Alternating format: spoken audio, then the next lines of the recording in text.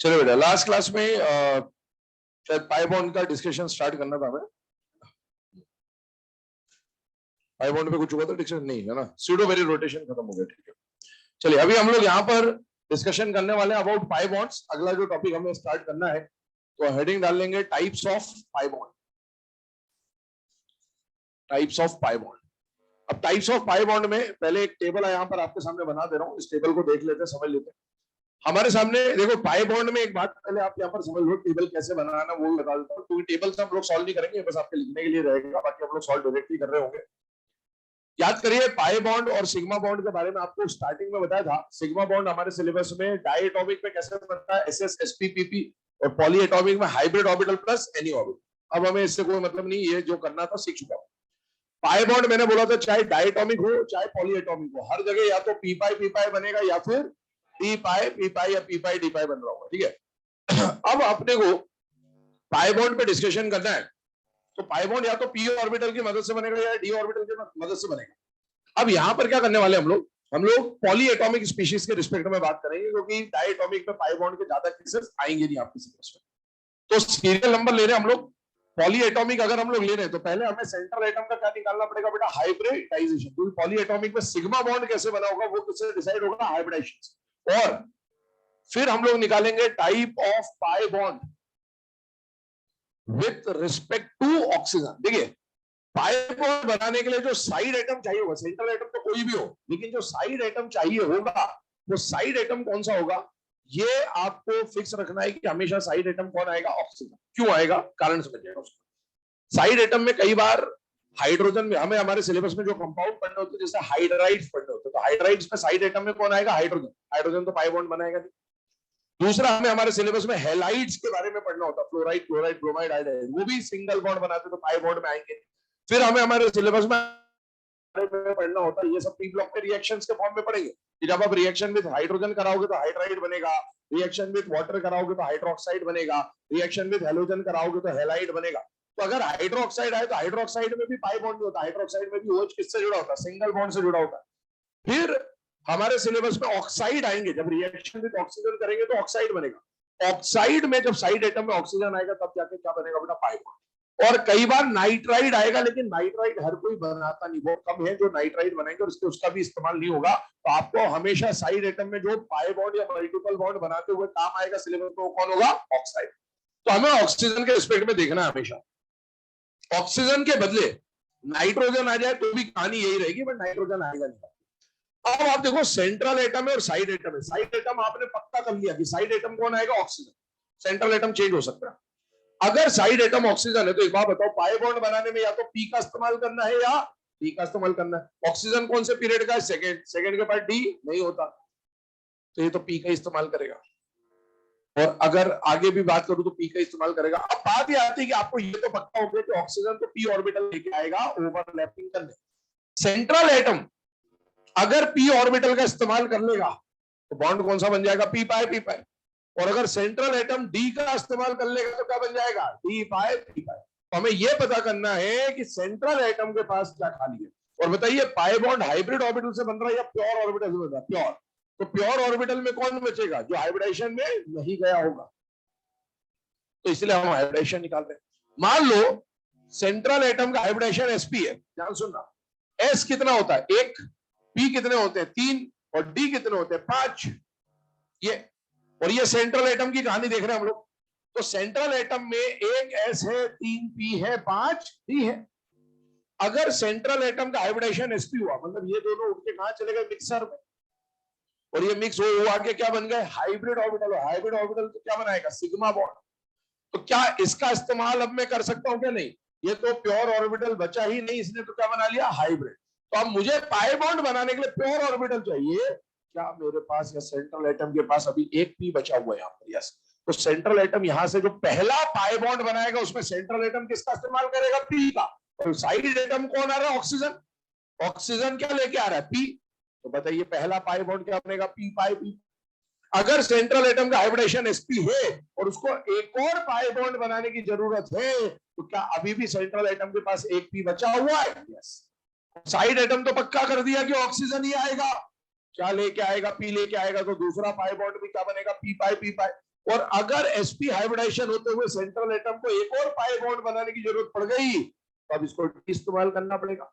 और अगर central atom D का इस्तेमाल करेगा तो साइड एटम ऑक्सीजन क्या लेके आ रहा है, पी, तो क्या बनेगा, डी पाई पी पाई। तो इसको हम लोग ऐसा बोल देते हैं कि अगर sp हाइब्रिडाइजेशन है तो मैक्सिमम 2 पी पाई बॉन्ड्स बनेंगे, और इसके बाद थर्ड फोर्थ फिफ्थ अगर कुछ बनाना होगा तो क्या बनेंगे, डी पाई पी पाई। लेकिन आपको उसकी जरूरत पड़ेगी नहीं, हमारे सिलेबस में पी पाई में काम खत्म हो जाएगा इस केस में। ठीक है, आगे बढ़ते हैं। मान लो सेंट्रल एटम का हाइब्रिडाइजेशन sp2 आया। अब डायरेक्टली समझिएगा, सेंट्रल एटम का ये S है, ये 3 P है और इधर 5 P है। S 3 P और 5। सेंट्रल एटम का हाइब्रिडाइजेशन क्या लिखा, sp2। ये कहां चलेगा, मिक्सिंग में। तो बताइए सेंट्रल एटम के पास क्या अभी पाई बॉन्ड बनाने के लिए एक पी बचा हुआ है, यस। और सेंट्रल एटम के पास एक पी बचा है तो साइड एटम ऑक्सीजन क्या लेके आ रहा है, पी। तो पहला पाई बॉन्ड कौन सा बनेगा, पी पाई पी पाई। लेकिन अगर इसके बाद एक और पाई बॉन्ड बना लो, पी तो खत्म हो गया। अब सेंट्रल एटम क्या इस्तेमाल करेगा, डी, ऑक्सीजन क्या लाएगा, पी। सेंट्रल क्या इस्तेमाल करेगा, डी, ऑक्सीजन क्या लाएगा, पी। तो बाकी पाई बॉन्ड क्या बनेंगे, डी पाई पी पाई। तो यहां पर मैं लिख देता हूं 1 P pi bond rest all D pi P pi bond. वो डिपेंड करेगा कितने पाई बॉन्ड है। आते थर्ड पे, थर्ड में हाइब्रिडाइजेशन क्या है, sp2। अब बताओ पी तो 3 ही होते, तीनों भी मिक्सिंग में चले गए तो पी तो बचा ही नहीं। अब किसका इस्तेमाल करेगा, डी का। तो ऑल डी पाई और साइड एटम क्या लाएगा, पी। तो क्या बनेगा, ऑल डी पाई पी पाई। इसके बाद का कोई भी हाइब्रिडाइजेशन बोल दे, पी तो खत्म हो चुके, पी तो सारे हाइब्रिडाइजेशन में जा चुके हैं, तो इस्तेमाल किसका करेगा, डी का। इसी तरीके से मैं अगर sp3d2 लिख दूं तो भी आंसर क्या आ जाएगा, यही आ जाएगा। तो इसमें आपको सिर्फ यहां ध्यान रखना है, बाकी इनमें तो हमेशा कौन सा पाई बॉन्ड होता है, डी पाई पी पाई। नोट करने से आगे बढ़ते हैं, इसके एग्जांपल देखते हैं क्या सॉल्व करना है।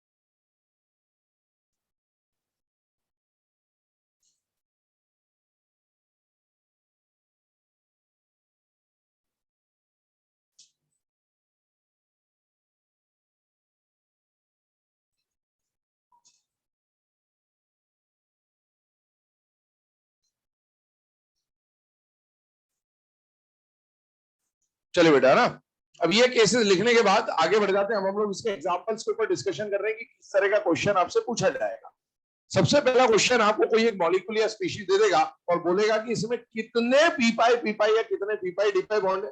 ये भी, इससे पहले भी एक क्वेश्चन कम से कम ये पूछा जा सकता है, कोई मॉलिक्यूल देकर पाई बॉन्ड कितने हैं। पहले तो ये 1 है, 2 है, 3 है, अगर पहले कितने पाई बॉन्ड ये पहचान लिया, फिर दूसरा क्वेश्चन बनेगा कि कौन सा पाई बॉन्ड है। तो पहले तो हम लोग एग्जांपल है CO2। अब ये कितने पाई बॉन्ड है ये आपको पता होना ही चाहिए। CO2 का स्ट्रक्चर आपको बनाना आना चाहिए।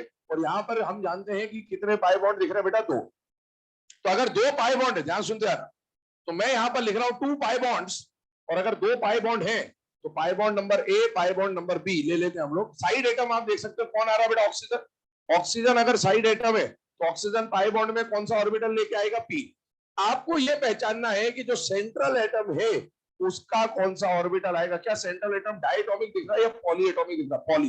पॉली मतलब इसमें क्या हुआ होगा, हाइब्रिडाइजेशन। और क्या CO2 में कार्बन का हाइब्रिडाइजेशन sp होता है या नहीं होता है बेटा, होता है। अगर हाइब्रिडाइजेशन sp है तो इसका एक s और एक p तो मिक्सिंग में चला गया। अब सेंट्रल एटम को पहला पाई बॉन्ड बनाने के लिए क्या इस्तेमाल करना है? पी। ऑक्सीजन क्या ला रहा है? पी। कौन सा बना? पी पाई, पी पाई। और दूसरे पाई बॉन्ड में भी सेंट्रल एटम क्या यूज करेगा? पी। तो यहां पर दोनों पाई बॉन्ड क्या बन के आ जाएंगे? पी पाई, पी पाई। आगे बढ़ते हैं अगले एग्जाम्पल की तरफ। एग्जाम्पल नंबर 2, सपोज आपको बोला गया SO3, ध्यान सुनना। SO3 में अब आपको स्ट्रक्चर बनाने आने से बेटा, सल्फर के आसपास कितने ऑक्सीजन है? 3। और ऑक्सीजन आता है तो कैसा बॉन्ड बनाता है? डबल बॉन्ड बनाता है। ये कंडीशन बन के आ गई। कितने पाई बॉन्ड दिख रहे बेटा? 3। तो यहां पर लिख दिया हमने 3 पाई बॉन्ड्स। और अगर 3 पाई बॉन्ड्स हैं तो इसमें 1 2 3 पाई बॉन्ड कौन कौन से होंगे? देखिए साइड एटम हमेशा आपको कौन दिया हुआ है? ऑक्सीजन। अगर ऑक्सीजन साइड एटम में, तो ऑक्सीजन तो कौन सा ऑर्बिटल लेके आएगा बेटे? पी ऑर्बिटल ही लेके आएगा। सेंट्रल एटम किसका इस्तेमाल करेगा वो पता चलेगा हाइब्रिडाइजेशन से। सेंट्रल एटम का हाइब्रिडाइजेशन यहाँ क्या है बेटा? sp2। अगर sp2 है तो देखो 3 p है, 3 में से 2 तो मिक्सिंग में चले गए, 1 p बचा हुआ है। तो पहला पाई बॉन्ड तो पी पाई और बाकी क्या बनेंगे बेटा? डी पाई पी पाई। अब ये तो ठीक है ना, मैं इसमें एक और चीज ऐड कर रहा हूं, ध्यान सुनना। आपको यहां तक कोई दिक्कत नहीं आनी चाहिए। एग्जाम में एक क्वेश्चन और पूछा जाता है आपसे, और वो क्वेश्चन पूछा जाता है नंबर ऑफ कोऑर्डिनेट बॉन्ड का, कि SO2 SO3 में कितने कोऑर्डिनेट बॉन्ड होते हैं। तो बच्चे को मैंने देखा परेशान होते रहते कोऑर्डिनेट बॉन्ड को लेकर। कोऑर्डिनेट बॉन्ड कोई बॉन्ड है ही नहीं, पहली बात तो फर्जी है, कुछ भी नहीं है, ठीक है। आपसे अगर कभी भी पूछा, कोई भी मॉलिक्यूल या कुछ भी देकर पूछा कि यहाँ पर कितने कोऑर्डिनेट बॉन्ड हैं, और आपको दिक्कत आ रही है कोऑर्डिनेट बॉन्ड बनाने में, तो यकीन मानिए आपको ऑक्टेट स्ट्रक्चर बनाना नहीं आता है, इसीलिए आपको दिक्कत आ रही है। यही फैक्ट है, और इसे समझ जाओ जितनी जल्दी समझना। आपसे अगर बोले कभी भी कि कोऑर्डिनेट बॉन्ड कितना है, किसी क्वेश्चन में कोई भी मॉलिक्यूल कोई भी आयन देकर बोले कि यहाँ कितने कोऑर्डिनेट बॉन्ड है, तो आपको सिर्फ एक काम करना होता है, आपको ऑक्टेट स्ट्रक्चर बनाना होता है। ये बात सुनिए मेरी। जैसे SO3 की मैं बात करूं, ध्यान सुनना, ध्यान समझना ना, फिर 2 चीजें और बताता हूं उसमें। SO3 है और आपसे पूछा, देखो SO3 का ऑक्टेट स्ट्रक्चर बना रहा हूं, तो इलेक्ट्रॉन डॉट रिप्रेजेंट कर दे रहा हूं यहाँ पे। ऑक्सीजन के आउटर मोस्ट शेल में कितने इलेक्ट्रॉन होते हैं? 6। ऑक्सीजन के आउटर मोस्ट शेल में कितने इलेक्ट्रॉन है? 6। और ऑक्सीजन के आउटर मोस्ट शेल में कितने इलेक्ट्रॉन है? 6। और सल्फर के भी आउटर मोस्ट शेल में 6 इलेक्ट्रॉन होते हैं, ये तो हमें पता ही है। अब आपको बोला कि SO3 में कितने कोऑर्डिनेट बॉन्ड है, तो आपको दिमाग में सिर्फ एक चीज आनी चाहिए, मुझे क्या बनाना है? ऑक्टेट स्ट्रक्चर, बस इतना ही करना है। अब ऑक्टेट से ये आना चाहिए। मैं 1-2 एग्जांपल बता दूंगा, लेकिन हर किसी का ऑक्टेट स्ट्रक्चर नहीं बताया जा सकता, तो आप लॉजिक समझिए क्या है। आपको सल्फर को, एक बात सुनना, वहां पर जो सेंट्रल एटम है CO2 में कौन है? कार्बन। कौन से पीरियड का है? सेकेंड पीरियड के जो सेंट्रल एटम होते हैं ना, क्या वो कभी एक्सपांडेड ऑक्टेट बना सकते हैं क्या? नहीं। तो हम जो ये बात कर रहे हैं ना, कोऑर्डिनेट बॉन्ड ये सब, ऐसा नहीं कि सेकंड पीरियड वाले कोऑर्डिनेट नहीं बनाते हैं, लेकिन ये जो कोऑर्डिनेट बॉन्ड वाला क्वेश्चन बनता है ना कि कितने कोऑर्डिनेट बॉन्ड है, ये क्वेश्चन जनरली बनता है थर्ड पीरियड के एलिमेंट्स या ज्यादा के एलिमेंट्स। क्यों? क्योंकि उनके 2 स्ट्रक्चर पॉसिबल होते हैं, एक तो एक्सपांडेड ऑक्टेट स्ट्रक्चर और एक ऑक्टेट स्ट्रक्चर। ध्यान सुनना, सल्फर की कोवेलेंसी 2 भी होती है, 4 भी होती है और 6 भी होती है। यहां पर सल्फर की कोवेलेंसी बताइए क्या दिख रही है? 6। और सल्फर के आसपास इलेक्ट्रॉन गिनो कितने हो रहे? 12। क्या ये ऑक्टेट स्ट्रक्चर है या एक्सपांडेड ऑक्टेट? Expanded octet. अभी मैं ऑक्टेट स्ट्रक्चर बना रहा हूं, मैंने सल्फर को अभी ग्राउंड स्टेट में लिया। कौन सी स्टेट में लिया? Ground state. ध्यान रखना, ऑक्टेट में जनरली ग्राउंड स्टेट काम आएगा। अगर इसको मैंने ग्राउंड स्टेट में लिया तो बताइए सल्फर के पास कितने अनपेड है? 2, ठीक है, और 2 क्या है? Lone pair. इसके 2 अनपेड ने ऑक्सीजन के 2 अनपेड से क्या कर ली? क्यों? अनपेड की पेयरिंग के लिए तो क्या बनता है? Covalent bond. तो इन्होंने अपने 2 अनपेड की 2 अनपेड से पेयरिंग कर ली। जैसे ये पेयरिंग करी, क्या इसका और इसका दोनों का ऑक्टेट पूरा हो गया? यस। अब आपको हिंट मिल गई कि ऑक्टेट पूरा हो गया। अब आप आगे कोवेलेंट बॉन्ड नहीं बनवा सकते, क्योंकि अगर आपने आगे कोवेलेंट बॉन्ड बना दिया तो ऑक्टेट एक्सपांड हो जाएगा। क्या बात समझ में आ रही है आपके? ये आप अब कोवेलेंट बॉन्ड नहीं बना सकते बेटे, क्योंकि ऑक्टेट पूरा हो गया। अब ऑक्टेट के बाद अगर मैं कोवेलेंट बनाऊंगा ना तो एक्सपांडेड ऑक्टेट बन जाएगा, और मुझे अगर कोऑर्डिनेट बॉन्ड पहचानना है तो मुझे ऑक्टेट स्ट्रक्चर ही बनाना पड़ेगा। अब आइए, जिसका ऑक्टेट पूरा हो और जिसके पास लोन पेयर हो, क्या वो दे सकता है बेटा? यस। और कल बताया तो ऑक्सीजन को ब्रह्मा जी का वरदान मिला था, जीवन में एक बार ले सकता है, तो ये देने को तैयार और ये लेने को तैयार, फिर से ये देने को तैयार और फिर से ये लेने को तैयार। ये अब स्ट्रक्चर देखिए, इस स्ट्रक्चर में एग्जैक्टली सल्फर का ऑक्टेट भी पूरा है और सबके साथ बॉन्डिंग भी उसने कर ली। कितने कोऑर्डिनेट बॉन्ड बने? दो। आप देखो SO3 के दो स्ट्रक्चर पॉसिबल हैं, एक ये वाला एक ये वाला, और वो डिपेंड करेगा कि क्वेश्चन क्या पूछा है, तो कौन सा स्ट्रक्चर। आपसे पूछता SO3 में कितने कोऑर्डिनेट बॉन्ड है, तो ये काम ही नहीं करेगा, अब आपको वो लेना पड़ेगा। और कितने कोऑर्डिनेट बॉन्ड है? दो। और आपसे पूछा SO3 में कितने पाए बॉन्ड है, तो देखो पाए बॉन्ड तो वहां भी है, ध्यान सुनना, आप जो बोल रहा हूं वहां भी है, एक पाए बॉन्ड और यहाँ तीन है। तो कंफ्यूज मत हो जाना कि सर वहां भी है यहाँ भी है, तो एक लिखूं कि तीन लिखूं? तीन ही लिखना है आपको। जब कोऑर्डिनेट बॉन्ड पूछेगा तो आपको ऑक्टेट स्ट्रक्चर बनाना है, और जब पाए बॉन्ड पूछेगा आपको एक्सपांडेड ऑक्टेट या जो मैक्सिमम पाए बॉन्ड वाला स्ट्रक्चर होता है, वहां तो एक ही है, मैक्सिमम पाए बॉन्ड वाला जो स्ट्रक्चर होता है वो बनाना होता है। एक और बार सुनिएगा, एक और एग्जांपल लेता हूं, ध्यान सुनिएगा, दो तीन एग्जांपल बता देता हूं, क्लियर हो जाएगा। SO2 दिया, अभी यहां पर भी लूंगा SO2, देखिएगा। अगर SO2 दिया तो बेटा SO2 का नॉर्मल स्ट्रक्चर कैसे बनाओगे? सल्फर के आसपास कितने ऑक्सीजन है? दो। और ऑक्सीजन कैसा बॉन्ड बनाता है? सिंगल या डबल? डबल। ये डबल, और एक इसके पास क्या बच गया? Lone pair. ये SO2 का नॉर्मल स्ट्रक्चर है, पर इसमें इलेक्ट्रॉन गिनो, सल्फर के पास 10। तो बताइए ये ऑक्टेट स्ट्रक्चर है या एक्सपांडेड ऑक्टेट? आपसे पूछे कितने पाए बॉन्ड है? दो। लेकिन आपसे पूछा कोऑर्डिनेट बॉन्ड कितने, तो आप एक वाला बनेगा। कैसे बनेगा? देखो SO2 में फिर सल्फर लिया, सल्फर के आउटर मोशन में कितने इलेक्ट्रॉन है बेटा? 6। ऑक्सीजन कितने आ रहे? 2। ऑक्सीजन के पास भी कितने इलेक्ट्रॉन है? 6। ऑक्सीजन के पास भी कितने इलेक्ट्रॉन है? 6। अभी फिलहाल में ग्राउंड स्टेट में लेना है सल्फर, और सल्फर ग्राउंड स्टेट में अनपेड कितने होते हैं? 2। 2 अनपेड सल्फर ने 2 अनपेड ऑक्सीजन से पेयरिंग कर ली, जैसा वहां किया था, और पेयरिंग करते ही दोनों का ऑक्टेट पूरा। अब क्या जिसका ऑक्टेट पूरा है और लोन पे लेके बैठा वो दे सकता है और सामने वाला ले सकता है, तो यस, इनके बीच में क्या बन जाएगा?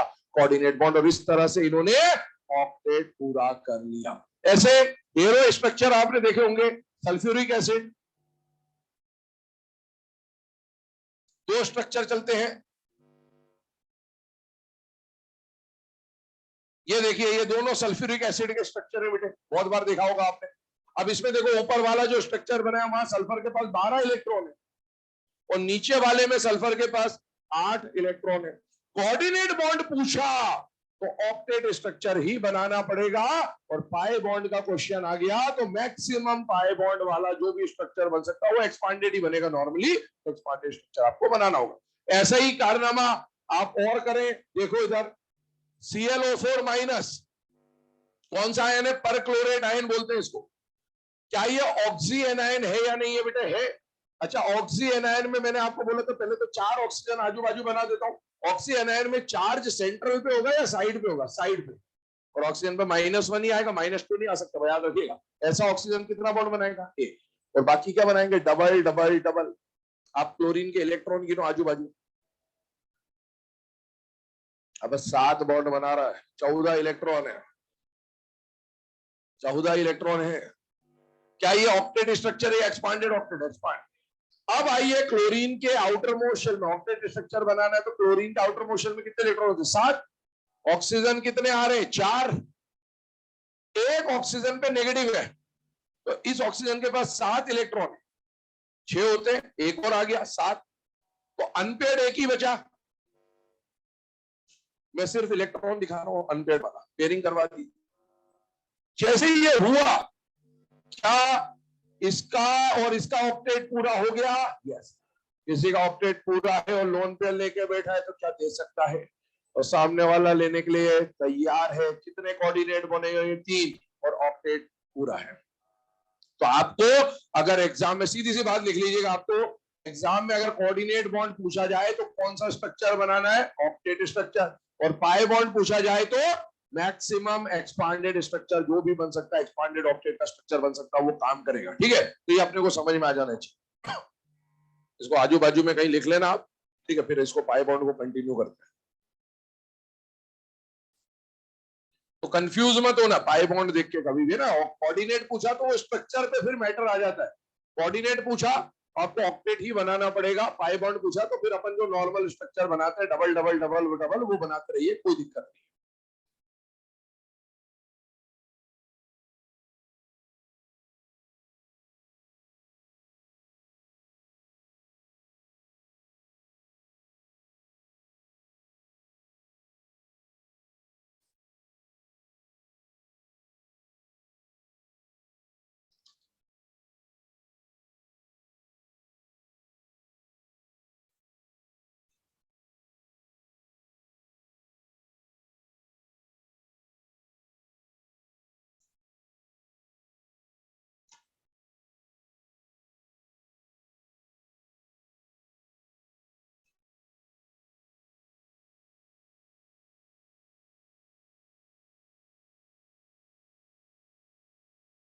चलो बेटा इधर ध्यान देंगे आप। अगले केस के ऊपर बात कर रहे हैं, देखिए हम पाई बॉन्ड्स के ऊपर बात कर रहे थे, तो अगला एग्जांपल अब पाई बॉन्ड में आपके सामने दो और एग्जांपल मैंने लिख दिए। एक एग्जांपल आ रहा है बेटा SO2 और अगला एग्जांपल आ रहा है सल्फेट। SO2 का दो स्ट्रक्चर मैंने बता दिया बन सकता है, तो आपको तो पाई बॉन्ड पूछा है मतलब आपको नॉर्मल स्ट्रक्चर बनाना, ऑक्टेट वॉक्टेट से हमें कोई मतलब नहीं है। सल्फर के आसपास यहाँ पर दो ऑक्सीजन है, दोनों डबल बॉन्ड से जुड़े हुए, मतलब कितने पाई बॉन्ड है बेटा? दो।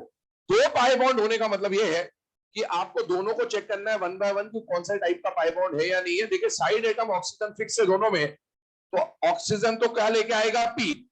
अब सेंट्रल एटम क्या लेके आएगा वो डिपेंड करेगा सेंट्रल एटम के हाइब्रिडाइजेशन पे, और यहाँ पर सेंट्रल एटम का हाइब्रिड है sp2।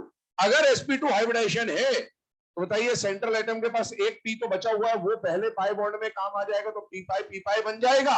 और अब दो पी वहां एक पी यहाँ यूज होगा, तीनों पी अब क्या यूज करेगा? डी। तो क्या बन जाएगा? D pi P pi bond. अगले किस पे आइए? सल्फेट पे। ऑक्सी एनायन है बेटा, सल्फर के आसपास चार ऑक्सीजन बनाए, ऑक्सी एनायन पे चार्ज हमेशा किस पे आएगा? ऑक्सीजन पे। वन नेगेटिव आ जाएगा। ऑक्सीजन कैसा बॉन्ड बनाएगा? सिंगल। और न्यूट्रल ऑक्सीजन कैसा बॉन्ड बनाएगा? डबल। कितने पाई बॉन्ड दिख रहे हैं? दो। दोनों में साइड एटम ऑक्सीजन है, तो ऑक्सीजन तो कौन सा ऑर्बिटल लेके आएगा? पी। सेंट्रल एटम क्या यूज करेगा? वो सेंट्रल एटम का हाइब्रिडाइजेशन बताएगा बेटा, और यहां पर सेंट्रल एटम का हाइब्रिडाइजेशन है sp3। अगर सेंट्रल एटम का हाइब्रिडाइजेशन sp3 है तो सेंट्रल एटम के पास पी नहीं बचा, उसको पाई बॉन्ड बनाने के लिए डी ऑर्बिटल का इस्तेमाल करना पड़ेगा, और इसीलिए दोनों पाई बॉन्ड क्या बन के आएंगे? डी पाई पी पाई। अब इसी टाइप पे मैं तीन चार एग्जांपल आपको दे दे रहा हूं सॉल्व करने के लिए, आप लोग सॉल्व कर ले फटाफट, फिर डिस्कस कर लेते हैं उनके ऊपर। 2-3 मिनट में फटाफट सॉल्व कर लीजिएगा।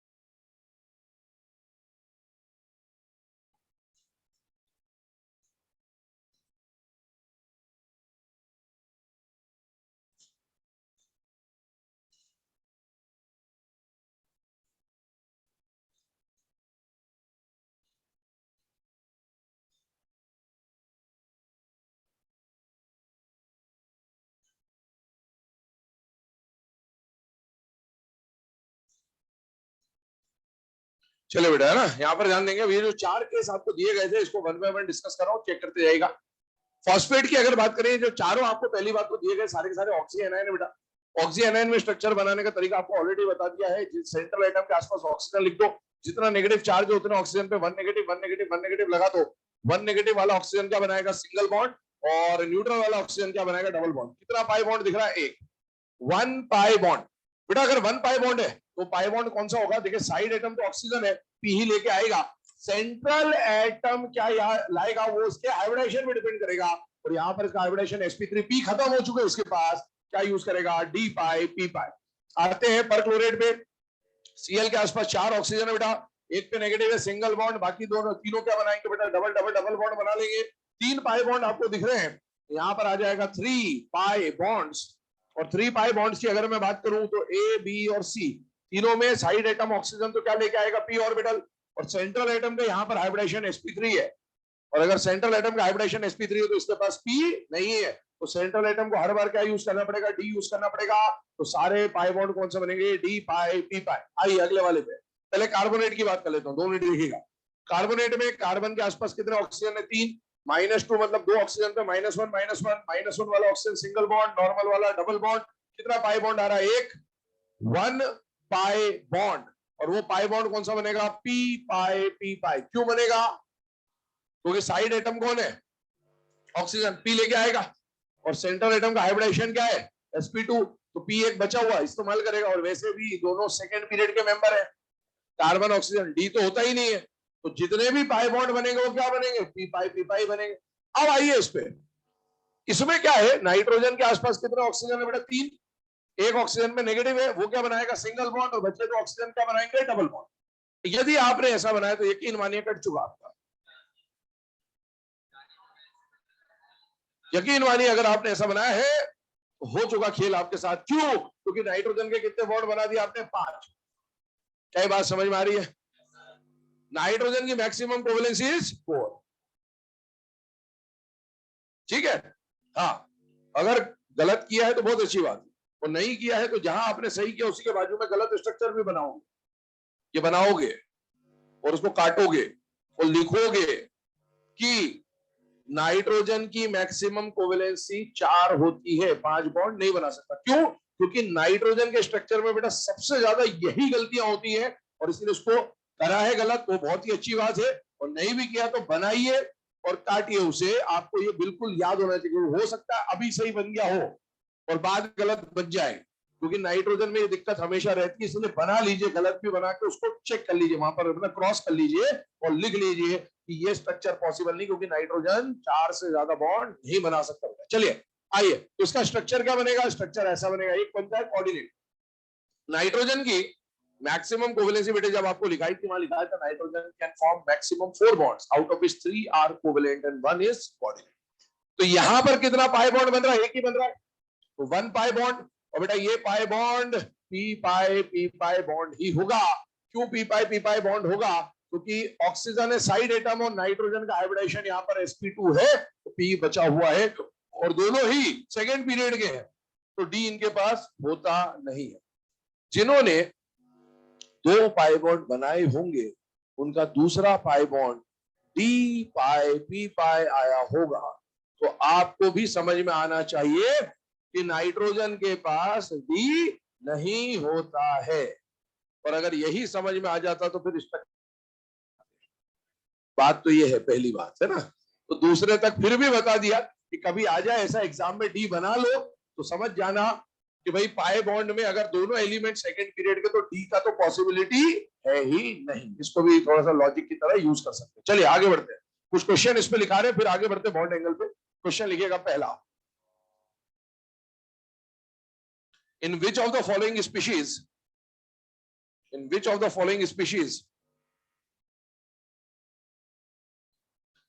only d pi type of bonds are present? Only d pi p pi type of bonds are present. Only d pi p pi type of bonds are present. पहला ऑप्शन लिखेंगे CO2, second option लिखेंगे nitrate NO3-1, अगला option लिखेंगे SO2, अगला option लिखेंगे XeO3 xenon trioxide. Correct option XeO3। शुरू वाले दो में तो डी पाई पी पाई हो ही सकता, और थर्ड वाले में एक डी पाई पी पाई और एक पी पाई पी। आपसे पूछा ओनली डी पाई पी पाई, सिर्फ डी पाई पी पाई टाइप के बॉन्ड होने जरूर। वो किसमें बेटा? फोर्थ वाले, क्योंकि फोर्थ वाले में जेनॉन का हाइब्रिडेशन sp3 है, तो उसके तीनों pi bond D pi P पाई टाइप के बन के आएंगे। ठीक है, इसीलिए ध्यान रखिएगा। अगला क्वेश्चन लिखे, in which of the following species, in which of the following species number of p pi p pi and number of d pi p pi bonds are equal? In which of the following species number of p pi p pi and number of d pi p pi bonds are equal? Option वही सारे हैं। इस बार correct option third है। SO2 में दो पाई bond है, जिनमें से एक p pi p pi है और एक p pi d pi है, दोनों की क्वांटिटी बराबर है। अगला क्वेश्चन लिखे, how many coordinate bonds are present इन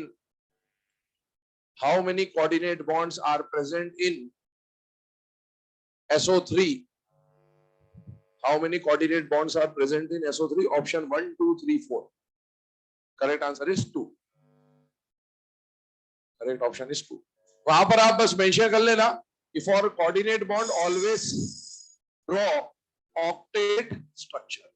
जब भी कोऑर्डिनेट बॉन्ड का क्वेश्चन आएगा हमेशा आपको ऑक्टेट स्ट्रक्चर बनाना है बेटा, और उससे आपको कोऑर्डिनेट बॉन्ड का आंसर मिल जाएगा। चलिए, ये तो बात होगी बेटा पाई बॉन्ड के बारे में। बढ़ते हैं अगले टॉपिक की तरफ। Next topic is bond angle. चलिए, बॉन्ड एंगल के बारे में डिस्कशन कर रहा हूं। क्या होता है बॉन्ड एंगल, किस तरह से निकालना है, क्या है? टॉपिक सिंपल है, स्टेप बाय स्टेप बस आपको इसको सॉल्व करना होता है ना। यहाँ पर 5-6 फैक्टर्स आपको लिखाए जाएंगे और उन फैक्टर्स को उसी सीक्वेंस में आपको अप्लाई करना होता है। इस बात का विशेष ध्यान रखें। यहाँ पर पहली बात क्या है कि बॉन्ड एंगल, देखो इससे पहले हमने क्या पढ़ा, बीबीटी पढ़ा, हाइब्रिडाइजेशन पढ़ा, बीएसईपीआर पढ़ा। वहां पर मैं आपको ये बोलते गया था कि केमिकल बॉन्डिंग जब आप पढ़ रहे हो तो केमिकल बॉन्डिंग को दो पार्ट में डिवाइड किया जाएगा, या तो डायटोमिक या पॉलीएटोमिक। आगे एमओटी पढ़ोगे वो भी डायटोमिक। इस तरह से हम लोग डिवाइड करते हुए चल रहे हैं। तो ये जो बॉन्ड एंगल आ रहा है, बॉन्ड एंगल किसके लिए अप्लाई होगा? डायटोमिक, पॉलीएटोमिक या दोनों के लिए? किसके लिए अप्लाई होगा बताइए? डायटोमिक, पॉलीएटोमिक या दोनों? किसके लिए अप्लाई करो? पॉलीएटोमिक। डायटोमिक में लग ही नहीं सकता, दो ही तो एटम है। चाहे सिंगल बॉन्ड बनाओ, चाहे डबल बनाओ, ट्रिपल बनाओ, ऐसे देखो, ऐसे देखो, ऐसे देखो, ऐसे कहीं से भी देखो, यूं कर एंगल कितने करेगा? 180। तो डायटोमिक में बॉन्ड एंगल का कोई मतलब नहीं है। अब अगर डायटोमिक में इसका मतलब नहीं है तो हमें बॉन्ड एंगल हमेशा कहां निकालना होगा? पॉलीएटोमिक स्पीशीज में। और अगर पॉलीएटोमिक स्पीशीज की बात आ गई तो आपको एक बात समझ में आना चाहिए, बीबीटी लगाओगे, हाइब्रिडाइजेशन लगाओगे, हाइब्रिड, तो मतलब बॉन्ड एंगल का क्वेश्चन आया तो सबसे पहला काम जो आपको करना है वो है हाइब्रिडाइजेशन निकालना। ये समझ में आ जाना चाहिए आपको, है ना। रीजन बता दिया क्यों हाइब्रिडाइजेशन निकाला जाता है। अब आइए, हाइब्रिडाइजेशन अगर आपको निकालना है तो हाइब्रिडाइजेशन का वैल्यू क्या क्या आएगा बेटा? sp आएगा, sp2 आएगा, sp3 आएगा, और या फिर हाइब्रिडाइजेशन ऐसा आएगा जहां पर d ऑर्बिटल का इन्वॉल्वमेंट होगा। ध्यान सुनना मेरी बात, या तो ये आएगा या तो ये आएगा, दोनों को अलग अलग रखा है मैंने। जब ये वाले केसेस आएंगे ना तो इनको हम लोग फैक्टर से सॉल्व करेंगे। किससे सॉल्व करेंगे?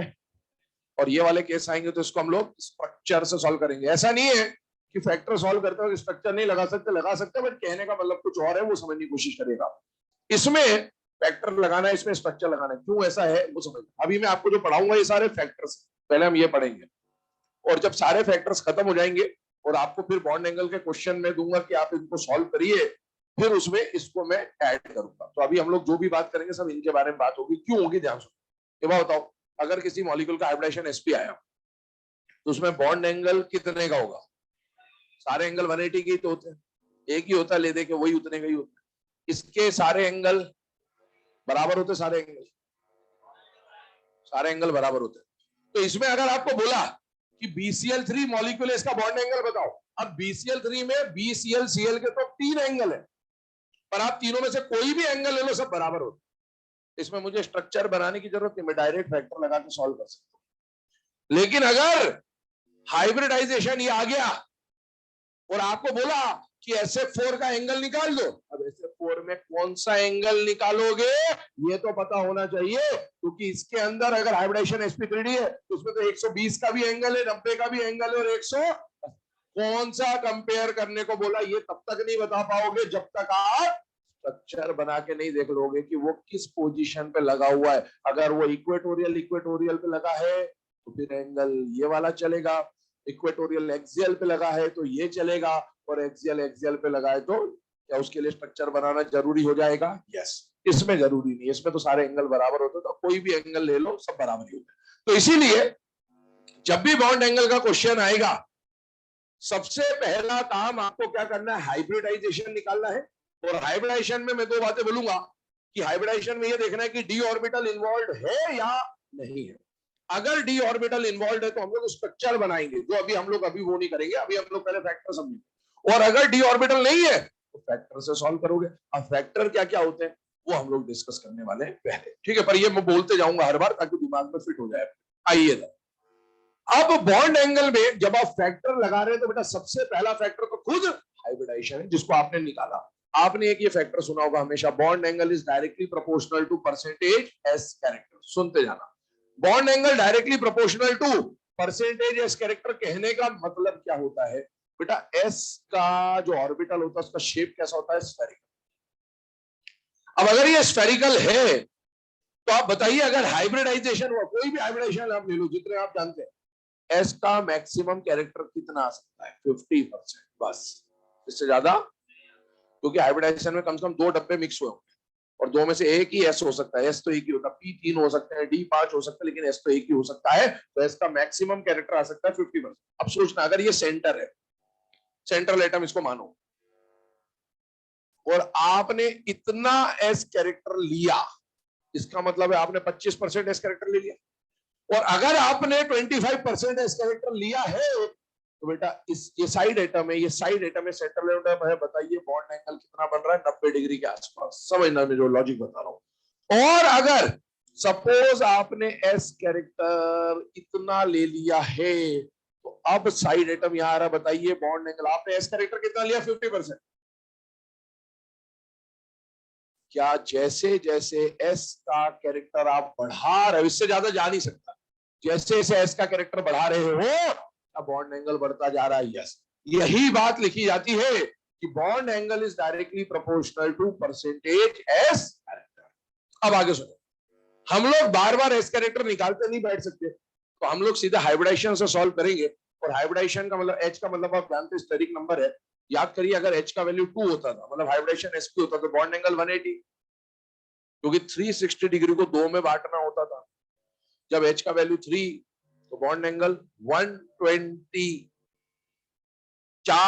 109.5 इतना ही करना है, क्योंकि वो आगे तो डी आ जाएगा। तो अगर एच का वैल्यू बढ़ रहा है 2, 3, 4 तो बॉन्ड एंगल 180, 120, 109.5 एंगल कम होगा। तो हम लोग ऐसा बोल सकते हैं कि जब जब हाइब्रिडाइजेशन बढ़ रहा होगा बॉन्ड एंगल कम हो रहा होगा। ये आपके सामने लिखा है, क्योंकि हम एस कैरेक्टर बार बार निकालेंगे तो हम हाइब्रिडाइजेशन से सॉल्व करेंगे, हाइब्रिडाइजेशन बढ़ेगा बॉन्ड एंगल कम हो जाएगा। आइए अप्लाई करते हैं इसको। पहला एग्जांपल आपके सामने दिया, BeF2 BCl3 CH4, आपको बोला arrange them in the correct order of bond angle. सबसे पहला काम आपको बॉन्ड एंगल का क्वेश्चन है, क्या करना है, हाइब्रिडाइजेशन निकालना है। हाइब्रिडाइजेशन इसका निकाला 2, 3, 4, अभी आना चाहिए अपने को, इसमें टाइम वेस्ट नहीं करेंगे। इसका हाइब्रिडाइजेशन sp है, sp2 है, sp3 है। क्या इनमें से किसी के हाइब्रिडाइजेशन में डी ऑर्बिटल दिख रहा है क्या आपको? नहीं, डी आता तो स्ट्रक्चर, डी नहीं आया तो फैक्टर। पहला फैक्टर हाइब्रिडाइजेशन।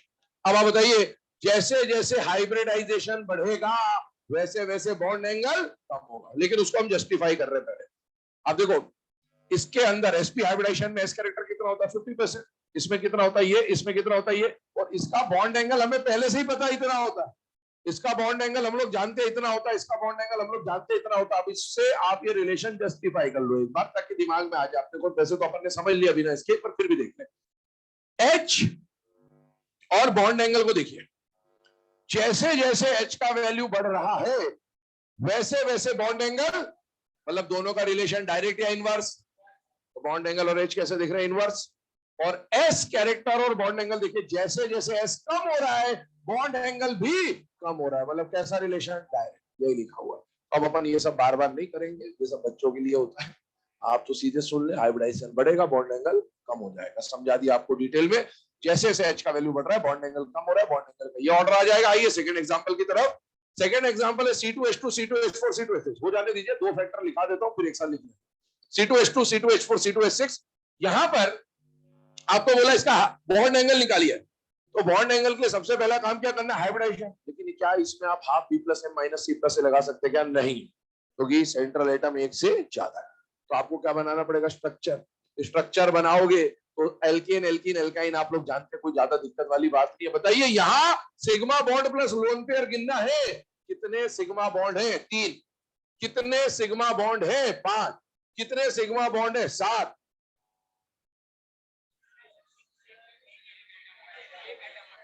फिर से बोलूंगा, पहले बोल चुका, पूरे मोहल्ले का हाइब्रिडाइजेशन नहीं निकालते हैं। हाइब्रिडाइजेशन अकेले एटम का निकलता है। अकेले एटम का सिग्मा बॉन्ड 2, लोन पेयर 0 2। अकेले एटम का सिग्मा बॉन्ड 3, अकेले एटम का sigma bond 4। sp sp2 sp3। क्या यहां पर किसी में d ऑर्बिटल दिख रहा है क्या? नहीं। d आएगा तो स्ट्रक्चर, d नहीं आया तो फैक्टर। पहला फैक्टर हाइब्रिडाइजेशन। क्या h का वैल्यू अलग अलग है? यस। जैसे जैसे h बढ़ेगा वैसे वैसे बॉन्ड एंगल कम हो जाएगा, तो बॉन्ड एंगल का ऑर्डर ये आ जाएगा। इसी तरीके से फैक्टर नंबर 2 पे चलते हैं। देखिए कई बार ऐसा होगा कि जब आप सॉल्व करेंगे h से, तो h की वैल्यू क्या आ जाएगी? सेम। अभी तो h का वैल्यू क्या आ रहा था? अलग अलग आ रहा था। आपने बड़ा जोर सॉल्व कर दिया कि जिसका h ज्यादा उसका बॉन्ड एंगल कम। लेकिन कई बार ऐसा होगा कि h का वैल्यू सेम आ जाएगा। जैसे h का वैल्यू 4 4 4 आ गया, तो सबका हाइब्रिडाइजेशन क्या आ गया? sp3 sp3 sp3। तो सबका हाइब्रिडाइजेशन सेम है, इसका मतलब ये थोड़ी है कि हमेशा सबका एंगल भी बराबर होगा, क्योंकि अब अगर हाइब्रिडाइजेशन सेम होता तो लोन पेयर भी अपना खेल करता है। एक बात समझिए, रिपल्शन में 3 तरह के रिपल्शन आपको लिखाए थे, lone pair lone pair lone pair bond pair bond pair bond pair. इसको अब मैं 2 टाइप में बांट रहा हूं। पहला वाला जो लोन पेयर और दूसरा वाला जो लोन पेयर बॉन्ड पेयर। क्या इनमें लोन पेयर इस्तेमाल हो रहा है? यस। और दूसरे वाले में लोन पेयर बॉन्ड पेयर में और बॉन्ड पेयर में क्या बॉन्ड पेयर इस्तेमाल हो रहा है? यस। तो यहाँ पर लोन पेयर और बॉन्ड पेयर देखते हैं। लोन पेयर और बॉन्ड पेयर में से ज्यादा डोमिनेटिंग रिपल्शन कौन देता है? Lone pair. तो हम लोन पेयर और देखो, फैक्टर तो लोन पेयर भी है, फैक्टर तो बॉन्ड पेयर भी है, एंगल दोनों की वैसे बदलता है, लेकिन प्रायोरिटी किसको देनी है? डोमिनेंट वाले को। इसलिए पहले हम लोन पेयर देखेंगे, फिर हम बॉन्ड पेयर पे जाएंगे। आइए लोन पेयर की बात करते हैं। जैसे जैसे सुनना, लोन पेयर की क्वांटिटी बढ़ेगी, अगर किसी के पास 0 लोन पेयर है, किसी के पास 1 लोन पेयर है, किसी के पास 2 लोन पेयर, हाइब्रिडाइजेशन सेम है, तो लोन पेयर बढ़ने से क्या लोन पेयर का रिपल्शन भी बढ़ेगा। और अगर लोन पेयर का रिपल्शन बढ़ेगा तो कमजोर वाले को एडजस्ट होना पड़ेगा, मतलब बॉन्ड एंगल कम हो जाएगा। इसका मतलब ये हुआ कि bond angle is inversely proportional to number of lone pairs. ये रिलेशन बन के आएगा। और ऐसे ही कुछ हमने, अब इसको मैं दिखा देता हूं यहां पर बोर्ड पे बना के।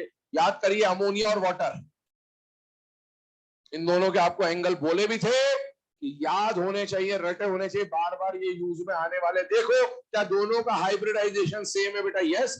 इसके पास लोन पेयर कम है, इसके पास लोन पेयर ज्यादा है। धक्का तो ये भी देगा, धक्का तो ये भी देगा, लेकिन यहां पर जो एंगल है वो ज्यादा डिक्रीज होगा और यहां पर एंगल कंपैरेटिवली कम। तो जिसके लोन पेयर कम उसका एंगल ज्यादा, जिसके लोन पेयर ज्यादा उसका एंगल कम। तो रिलेशन कैसा आ गया? इनवर्स। आइए इसी को अब हम लोग सॉल्व करते हैं। 2 एग्जांपल इसके करते हैं, फिर आप नोट करते रहिएगा इसको, फिर थर्ड पे बाद में चलते हैं। एग्जांपल लेते हैं इसका, CH4 NH3 और H2O। सबसे इंपॉर्टेंट एग्जांपल है, एग्जाम में आ चुका है, 3-4 साल पहले आया था ये। और ये इसीलिए आया क्योंकि H2 और NH3 की वैल्यू एनसीईआरटी में दी हुई है। एनसीईआरटी में बहुत कम ऐसे मॉलिक्यूल है बेटा जिसकी डायरेक्ट वैल्यू गिवन है, और ये 2 मॉलिक्यूल उनमें से हैं जिनकी वैल्यू गिवन है, इसलिए क्वेश्चन इन पे पूछे जाने की टेंडेंसी ज्यादा होती है। आइए सबसे पहले बॉन्ड एंगल का क्वेश्चन है, क्या निकालना है? हाइब्रिडाइजेशन। चलिए हाइब्रिडाइजेशन, अब मेरे हिसाब से हाइब्रिडाइजेशन में आपको आना ही चाहिए 4 4 4 sp3 sp3 sp3। क्या किसी के हाइब्रिडाइजेशन में डी ऑर्बिटल है क्या? नहीं। डी आता तो स्ट्रक्चर, नहीं आया तो फैक्टर। पहला फैक्टर हाइब्रिडाइजेशन खुद है, हाइब्रिडाइजेशन सेम है या डिफरेंट है? सेम। अलग अलग होता तो डायरेक्टली हाइब्रिडाइजेशन से सॉल्व हो जाता, लेकिन हाइब्रिडाइजेशन सेम है तो अब क्या देखूंगा? Lone pair. 4 पोजीशन तैयार करी, 4 साइड एटम, 0 लोन पेयर, 4 में से 3 आए, 1 लोन पेयर, 4 में से 2 आए, 2 lone. Hybridisation same, lone pair बढ़ रहा है, तो अगर हाइब्रिडेशन सेम और लोन पेयर बढ़ेगा तो बॉन्ड एंगल कम हो जाएगा। इनकी वैल्यू भी लिख देता हूं एक बार, 109.5, 107 और 104.5। तो ऑर्डर हमें क्लियरली दिख जाएगा कि जैसे जैसे अगर हाइब्रिडेशन सेम है, जैसे जैसे लोन पेयर बढ़ेगा बॉन्ड एंगल कम हो जाएगा। एक एग्जांपल और ले लेते हैं, NH4 प्लस, NH3 और NH2 माइनस। देखिएगा ध्यान से, इसमें बॉन्ड एंगल बोला, बॉन्ड एंगल बोला, सबसे पहले हाइब्रिडेशन निकालोगे, सब में H का वैल्यू 4 है और H का वैल्यू 4 है, मतलब सबका हाइब्रिडेशन sp3, कहीं भी d ऑर्बिटल का इस्तेमाल नहीं हुआ है, मतलब आप फैक्टर से सॉल्व करेंगे। पहला फैक्टर हाइब्रिडेशन खुद था पर हाइब्रिडेशन सेम हो गया। सेकंड फैक्टर देखेंगे, लोन पेयर, 4 में से 4 आए 0, 4 में से 3 आए 1, 4 में से 2 आए 2।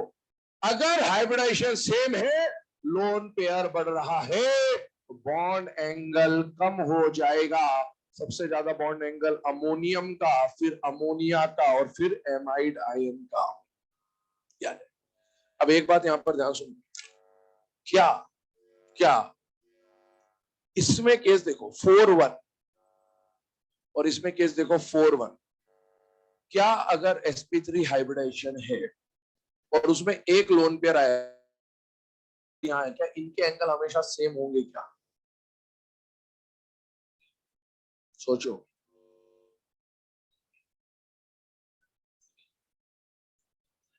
सेम होंगे क्या? इसमें सेम है दोनों NH3 अभी, लेकिन मान लो मैं यहां पर कुछ और लिख दूं, PF3 लिख दूं, तो हाइब्रिडेशन सेम है और लोन पेयर अलग हो गए, मतलब लोन पेयर भी सेम है, एक लोन पेयर है, लेकिन अब एंगल ये मत सोचना कि अगर इसका एंगल 107 है तो 4-1 में हर केस में 107 होगा, ये नहीं होगा, वो आगे चेंज होगा, है ना। अब इस पर हम लोग बात करेंगे आगे जाके। जैसे यहां पर 4-2 कितना एंगल आ रहा है? 104।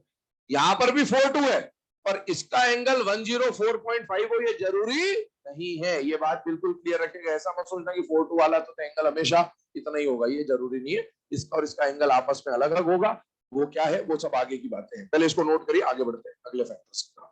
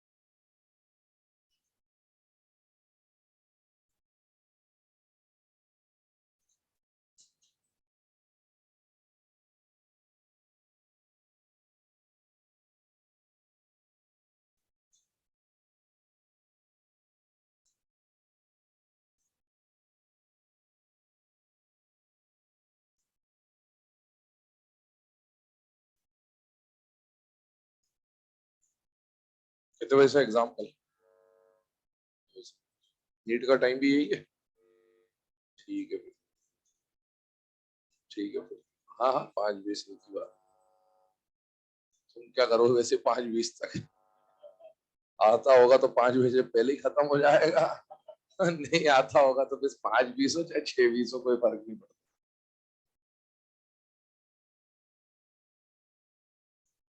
हाँ, चेक मत करना बस, तो आखिरी के 20 मिनट में क्रॉस वेरीफाई मत करने लग जाना। हाँ, वो यही होता ही है, जो क्वेश्चन आप दूसरी बार पढ़ते हो वो ज्यादा गलत होते हैं।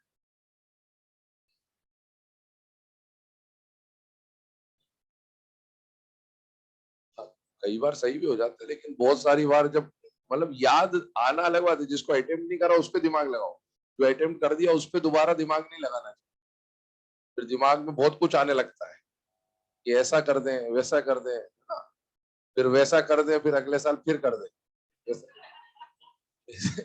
इसीलिए कुछ भी ना कर दें, एक बार जो आ गया दिमाग में वो करके आ जाओ, बस खत्म। क्योंकि दिमाग ज्यादा लगाने लगता है, इतना सिंपल क्वेश्चन कैसे पूछ लिया गया, आदत हो जाती है तुम्हारी टफ करते करते, उठपटांग क्वेश्चन देते रहे तो ऊपर से नीचे तक पेपर में, तो तुम्हारा दिमाग भी वैसे चलता है, इतना सिंपल क्वेश्चन कैसे पूछ लिया। पूछता सिंपल ही है, वहां पूछता BCl3 का एंगल कितना है, आया हुआ क्वेश्चन एग्जाम में, BCl3 का एंगल कितना, ऑप्शन में देगा 120, 115, 118, दिमाग लगाओगे, बोले 120 तो इतना सिंपल थोड़ी पूछेगा।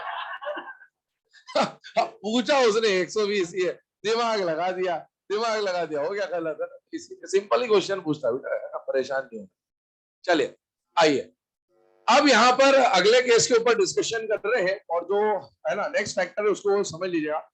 तीसरे फैक्टर में अगर हम लोग बात करें, देखिए अभी यहाँ पर हमने लोन पेयर की बात करी है, मैंने बोलता लोन पेयर और बॉन्ड पेयर में से लोन पेयर डोमिनेटिंग होता है, बॉन्ड पेयर थोड़ा सा वीक होता है। तो अब लोन पेयर का रिपल्शन देखने के बाद जो अगला फैक्टर आपको चेक करना होगा, वो क्या चेक करना होगा बेटा, bond pair repulsion. Bond pair में ये जो बॉन्ड पेयर वाला फैक्टर है ये उतना ज्यादा यूज नहीं आएगा, एक दो जगह यूज आएगा, वहां पर मैं बताते हुए चलूंगा आपको। तो थर्ड फैक्टर आप लिख लीजिएगा, check type of bond pair repulsion. Check type of bond pair repulsion. Type of bond pair repulsion कहने का मतलब क्या है कि सिंगल सिंगल बॉन्ड रिपल्शन है, या सिंगल मल्टीपल है, या मल्टीपल मल्टीपल है, वो चेक करना होता है। लेकिन आपको यूजुअली जब बॉन्ड एंगल का क्वेश्चन आता है तो आपने भी एक बहुत बार नोटिस करा होगा, साइड एटम जनरली सेम होता है, और साइड एटम सेम है तो टाइप ऑफ रिपल्शन हर जगह क्या होगा बेटा, सेम ही हो रहा होगा। पर इसका एक दो जगह काम आएगा, तब बताएंगे आपको कि कब इसको यूज करना होगा, ठीक है। अब ये तीन फैक्टर लगाने के बाद चौथा फैक्टर की बारी आ रही बेटा, और ये फोर्थ फैक्टर है बेटा, टाइप ऑफ सेंट्रल एटम। अब जो बता रहा हूं ना उसको बहुत ध्यान से सुन लेना और समझ लेना, क्योंकि इसमें अगर आपने समझने में गड़बड़ी कर दी तो कब लगाना है कब नहीं लगाना है खेल खत्म हो जाएगा। पहली बात, टाइप ऑफ सेंट्रल एटम तब लगेगा जब शुरू के तीन फैक्टर काम नहीं करेंगे। अब शुरू के तीन फैक्टर अगर काम नहीं करेंगे तो उसका मतलब क्या है। पहली बात, सपोज ये एग्जांपल आपको दिया, इस एग्जांपल में आपको बोला है कि इसका बॉन्ड एंगल निकालो। सबसे पहला काम क्या करेंगे, hybridisation. Nitrogen phosphorus arsenic antimony एक ही ग्रुप है, और एक ही ग्रुप के ट्राइक्लोराइड है, सबका हाइब्रिडेशन सेम आएगा क्योंकि वैलेंस इलेक्ट्रॉन भी बराबर है और साइड दोनों वैलेंट एटम भी बराबर। 5 + 3 8, 8 का किया 4 4 4 4, और 4 का मतलब है sp3d कहीं भी नहीं है, तो स्ट्रक्चर नहीं लगाना है, क्या लगाना है, फैक्टर। पहला फैक्टर हाइब्रिडेशन क्या हो गया, सेम। दूसरा factor lone pair, lone pair 1 1 1 1, क्या लोन पेयर भी सेम है, यस। अब बॉन्ड पेयर सारे सिंगल बॉन्ड, तो एन के साथ जो Cl Cl Cl है, कैसा रिपल्शन है, single single single single single single, कैसा रिपल्शन है, single single single single single same है। अब आएगी बारी सेंट्रल एटम। अब सेंट्रल एटम से क्या होगा, मेरी बात सुनना ध्यान से। आपने क्या बोला, मैंने यहां पर एक बात बहुत ये इस पे फोकस करना जरूरी है।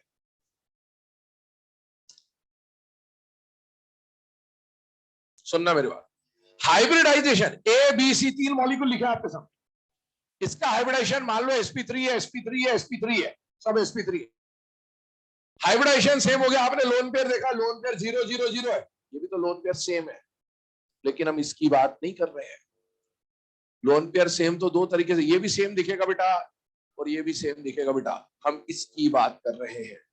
अगर ध्यान सुनना, बहुत जरूरी बात है, अगर हाइब्रिडाइजेशन सेम है और लोन पेयर 0 0 0 है, इसमें आपको रेगुलर ज्योमेट्री देखना होता है। क्या देखना होता है? ये लास्ट फैक्टर आएगा, अभी चौथा फैक्टर आ रहा है, इसके बाद पांचवा साइड आइटम आएगा, छठा फैक्टर ही आएगा। तो अभी आज तो नहीं हो पाएगा, लेकिन ये आपके दिमाग में फिट होना चाहिए कि अगर लोन पेयर जीरो आया तो दिमाग में क्या आना चाहिए? सेंट्रल आइटम, साइड आइटम आना चाहिए, रेगुलर ज्योमेट्री आना चाहिए, रेगुलर।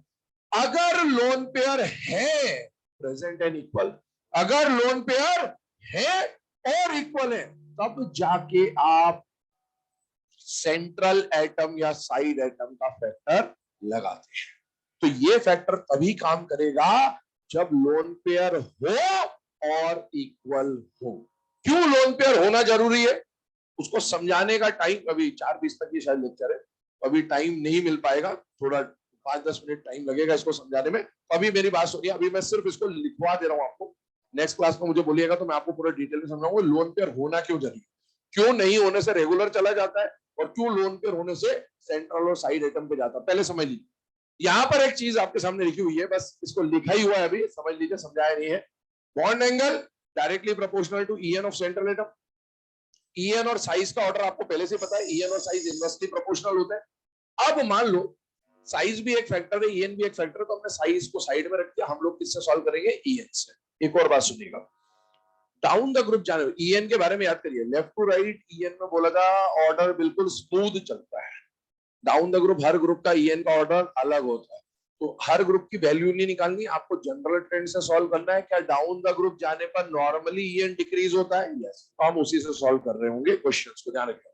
तो और ये क्वेश्चन, ये फैक्टर जब लगेगा ना, तो इसमें क्वेश्चन ही ऐसा आएगा जो आपको डाउन द ग्रुप का दिया होगा, ड्रैगो रूल जैसे, तो वो भी इसी का पार्ट है, जो कल, मतलब कल तो क्या नेक्स्ट क्लास में डिस्कस हो पाएगा। NCl3 PCl3 ACl3 HBCl3 hybridisation निकाला, सेम, डी ऑर्बिटल नहीं है, चेक कर लीजिए सब, डी ऑर्बिटल नहीं है, मतलब फैक्टर से सॉल्व करेंगे। पहला फैक्टर सेम हो गया, दूसरा factor lone pair, lone pair है और इक्वल है। अब आप देखोगे bond pair repulsion, single single single single सब कुछ सेम हो गया। अब किस पे आएंगे? सेंट्रल एटम पर। अब देखो लेफ्ट टू राइट जा रहे हैं तो ईएन ऑफ सेंट्रल एटम कम हो रहा है, क्योंकि डाउन द ग्रुप आप जा रहे हो, nitrogen phosphorus arsenic antimony, down the group जाने पर अगर सेंट्रल एटम का ईएन कम हो रहा है, तो ईएन कम होने से अभी सिर्फ लिखा गया है आपके सामने कि अगर ईएन ऑफ सेंट्रल एटम कम होगा तो बॉन्ड एंगल भी कम हो जाएगा। अभी समझाया नहीं मैंने, ध्यान रखिएगा इस बात को। बॉन्ड एंगल का ऑर्डर ऊपर वाले रिलेशन को अगर आप अप्लाई कर दे तो ऐसा बन के आ जाएगा। अब ये क्यों आएगा उसका एक्सप्लेनेशन आपको नेक्स्ट क्लास में मिलेगा, तो मुझे बोल देना है ना, मंडे को याद दिला देना एक बार कि इसका क्यों ऐसा हो रहा है, इसका एक्सप्लेनेशन बाकी है, तो उसको हम लोग डिस्कस कर लेंगे। तो ये रीजन भी अभी नहीं लिखा रहा हूं, इसीलिए रीजन छोड़ देना, वो नेक्स्ट क्लास में कवर करेंगे।